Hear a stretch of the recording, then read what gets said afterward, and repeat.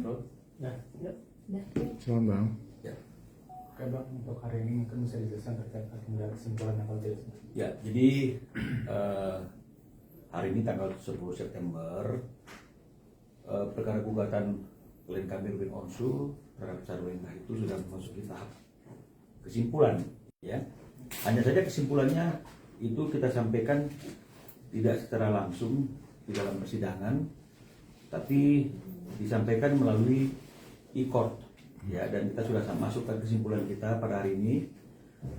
Inti daripada kesimpulan kita itu adalah kita menyatakan sidang sudah berjalan dengan baik, namun faktanya setelah dipanggil secara patut dan sah sebanyak 3 kali, tergugat itu tetap tidak hadir dalam persidangan untuk menggunakan haknya, ya, untuk menggunakan haknya membantah isi gugatan kami atau menggunakan haknya untuk menyatakan tidak setuju dengan apa yang kami sampaikan di dalam gugatan atau tidak setuju untuk adanya permintaan perceraian seperti apa yang disampaikan oleh klien kami dalam gugatan.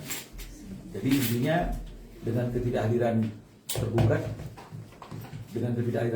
sebanyak 3 kali dalam persidangan, meskipun sudah dipanggil secara sah dan patut, itu menunjukkan bahwa sebenarnya tergugat juga patut diduga menyetujui, ya, atau sepakat dengan apa yang kami sampaikan dalam gugatan kami, ya. Dan kalau memang kita lihat dari beberapa pernyataan atau statement yang dilakukan oleh kuasa hukum tergugat, ya, karena beberapa kali kan saya juga lihat tayangan kuasa hukum tergugat juga memberikan statement, ya, maka menyatakan bahwa saksi-saksi yang dihadirkan itu juga ada hasil komunikasi dengan tergugat, ya. Jadi ini juga menunjukkan sebenarnya bahwa gugatan yang kami layangkan atas nama klien kami Ruben Onsu ini sebenarnya gugatan yang juga diinginkan, ya, oleh tergugat. Jadi bukan merupakan satu keinginan sepihak saja, tapi ini juga diinginkan oleh tergugat, karena seperti yang kita lihat sudah dipanggil secara patut, artinya dia tahu ada gugatan, artinya dia baca isi gugatan, tapi dia tidak hadir. Memang ini sebagai bentuk apapun yang dilakukan dalam proses hukum ini sudah atas dasar yang juga diketahui oleh tergugat. Hanya saja mungkin yang diminta untuk mengajukan gugatan atau yang mengambil peran sebagai penggugat dalam masalah ini adalah klien kami. Nah, dan kalau sesuai dengan agenda jadwal persidangan yang sudah disampaikan oleh majelis hakim kepada kami, setelah tanggal 10 September hari ini kesimpulan, maka putusan atas gugatan ini akan dibacakan pada tanggal 24 September.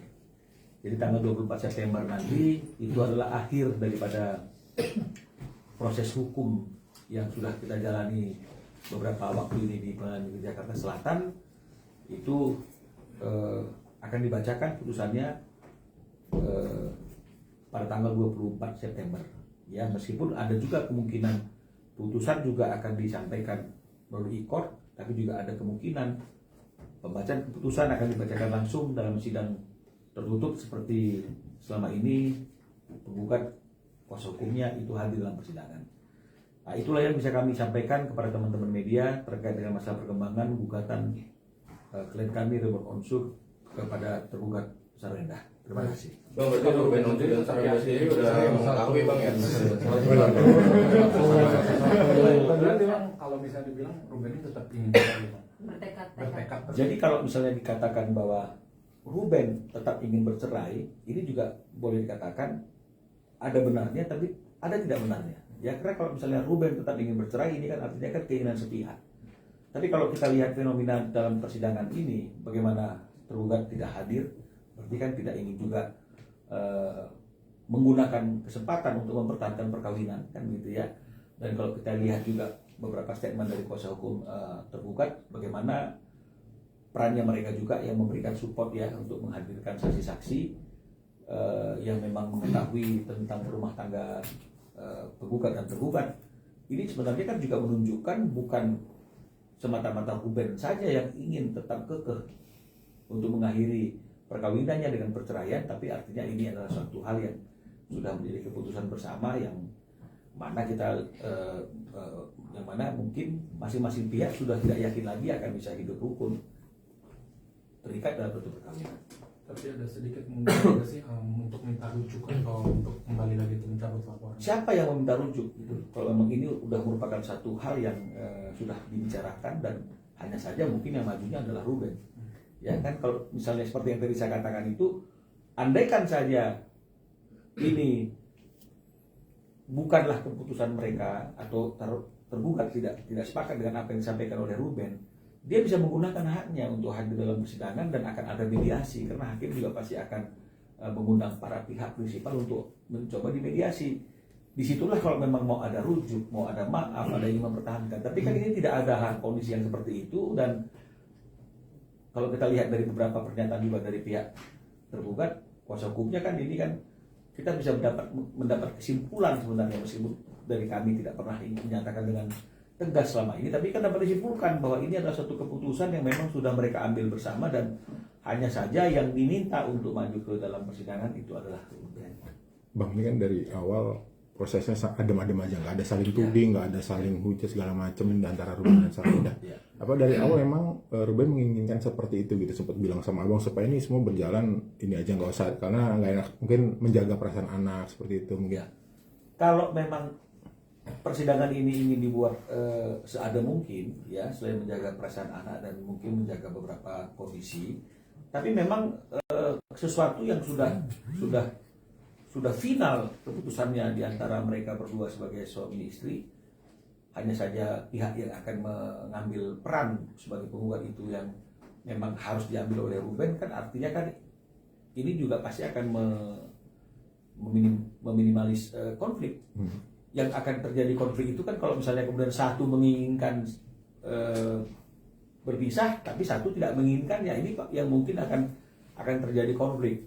Ya, atau ada hal-hal lain yang mungkin yang membuat akhirnya ada suatu perbedaan pendapat di situ, mungkin itu yang akan membuat timbul konflik kan gitu. Tapi karena memang semuanya ini sudah difikirkan matang-matang dan secara dewasa, dan memang inilah yang dianggap yang paling tepat saat ini di dalam rumah tangga mereka, maka semuanya adem tanpa saling tuding. Selain gugatan cerai perceraian, mungkin orang juga akan bertanya soal akan seperti apa nanti Ruben setelah bercerai gitu, termasuk soal anak, soal harta. Apakah itu juga udah dibicarakan sama abang? Oke, jadi makanya seperti yang saya sampaikan berkali-kali itu, bahwa pembicaraannya adalah kalau memang sudah ada putusan, jadi tanggal 24-nya ada putusan. Setelah putusan itu keluar, maka Ruben akan muncul, itu yang disampaikan oleh Ruben, untuk menjelaskan, untuk mengklarifikasi agar tidak terjadi simpang siur, ya, informasi yang simpang siur tentang bagaimana kondisi-kondisi yang terjadi dalam rumah tangganya, dalam perkawinannya setelah adanya putusan perceraian tersebut, baik itu mengenai masalah anak, baik itu mengenai masalah apapun. Jadi nanti di situ teman-teman media bisa bertanya dan berdialog langsung dengan Ruben. Tapi hari ini memang kita tunggu dulu tanggal 24 Septembernya sampai ada putusan itu, sehingga akhirnya kalaupun itu disampaikan itu hanya bicara untuk sesuatu yang sudah terjadi, dan inilah yang akan yang kondisi inilah yang terjadi pada kami saat ini. Jadi mungkin Ruben hanya ingin memberikan informasi itu, tidak jadi polemik yang berkepanjangan. Ya. Selain keinginan dari Ruben sendiri, ada masukan-masukan dari abang sendiri untuk Ruben supaya segala proses ini berjalan lancar seperti itu?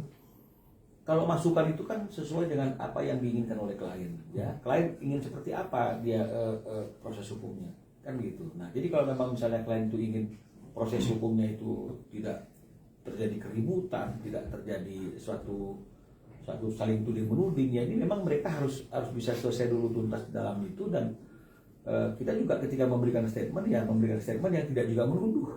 Karena kalau misalnya kita memberikan statement yang tendensinya menuduh atau menyalahkan seseorang, maka seseorang yang disalahkan itu juga pasti akan menggunakan kesempatannya dalam memberikan statement untuk membela diri, dan menuduh orang lain itulah yang sebenarnya berbuat salah. Nah, jadi kalau misalnya itu yang terjadi, maka akan terjadilah saling tuding, saling menyalahkan, saling membenarkan diri sendiri. Tapi karena kita melihat bahwa nggak ada hal lagi yang perlu dibicarakan tentang siapa yang salah, ini keinginan siapa, saling tuding menuding, ya makanya kita statementnya juga hanya bicara mengenai masalah proses persidangan yang sedang berjalan, tahapan-tahapannya. Nanti pada waktu sudah putusan, baru mungkin kedua belah pihak mungkin bisa saja saling memberikan press release gitu ya, atau press con, atau bersama-sama ya di depan teman-teman media, kami sudah berakhir nih hubungannya ya teman-teman, kan bisa saja seperti itu. Dan memang mungkin yang diharapkan akan ke arah sana. Peminala, ini kan mereka punya harta bersama juga, usaha bersama, nantinya itu setelah putusan cerai akan seperti apa sih pembagiannya? Itu sudah dibicarakan, dan itu sudah pasti akan ada setelah putusan, dan itu juga yang akan mungkin jadi materi yang akan disampaikan kepada teman-teman yang berkaitan dengan masalah harta bersama dengan usaha. Tapi seperti apa yang dikatakan oleh klien kami, itu akan disampaikan langsung oleh dia pada waktu putusan sudah keluar. Sekarang kondisi Ruben gimana, Bang? Kondisi Ruben seperti biasanya ya, tetap melakukan aktivitas, melakukan pekerjaan, dan tiap pagi masih jemput anaknya ke rumah di mana anaknya sekarang tinggal bersama istrinya, dan mengantarkannya ke sekolah. Jadi masih melakukan aktivitas-aktivitas yang rutin seperti biasa. Tempat menghadiri ulang tahun Sarwenda kemarin apa? Ini saya nggak update saya ya mengenai masalah ulang tahun itu. Tapi kalau nggak salah ada ya dia ya. Tapi saya nggak update. Tapi pembagian waktu bersamaan itu udah diterapin belum sih Bang? Maksudnya apa berjalan? Itu juga sudah tuntas, yang nanti mungkin akan kita sampaikan setelah putusan tanggal 24 itu dibacakan oleh majelis hakim. Semua sudah. Selain menjemput anak, mungkin Sabtu minggunya ada pembagian waktunya, dia di mana? Kalau mengenai masalah pembagian waktunya itu sudah dibicarakan, nanti materi itu akan dijawab langsung oleh Ruben dan Sarwenda pada waktu setelah putusan selesai. Tapi kalau hari ini sebelum perceraian itu dibacakan putusannya, kegiatan dan rutinitasnya itu masih seperti biasa, tanpa ada perbedaan sama sekali. Oke. Ya, Ini kesimpulan ini sudah diketahui oleh Ruben sendiri nggak sih? Terus bagaimana tanggapannya? Ya, kesimpulan ini kan artinya kan merupakan konklusi rangkuman dari persidangan selama ini. Ya, jadi nggak banyak juga yang bisa disampaikan dalam kesimpulan tersebut karena tidak ada jawab-menjawab. Karena si pihak tergugat kan tidak memberikan jawaban, tidak memberikan duplik, tidak memberikan bukti, kan begitu. Jadi artinya ya kesimpulan ini kan boleh dikatakan kesimpulan sepihak dari penggugat saja, dan yang tadi seperti saya katakan itu ya pointersnya adalah kami menyampaikan persidangan ini berjalan tanpa kehadiran daripada tergugat, dan oleh karena itu kami mengartikan ketidakhadiran tergugat itu, meskipun dia sudah dipandang dengan patut, meskipun dia tahu ada gugatan perceraian, meskipun dia sudah baca gugatannya, artinya dia akan melepaskan haknya untuk untuk memberikan jawaban, melepaskan haknya untuk mempertahankan perkawinan itu sendiri. Karena kalau memang misalnya dia ingin mempertahankan perkawinannya, maka harusnya dia hadir di persidangan untuk menolak semua apa yang disampaikan dalam gugatan itu. Tapi ketika dia tidak hadir, berarti kan artinya dia juga sepakat dengan apa yang disampaikan oleh penggugat. Jadi ini yang kami sampaikan dalam kesimpulan. Oke, makasih banyak. Terima kasih banyak. Bang. Ya.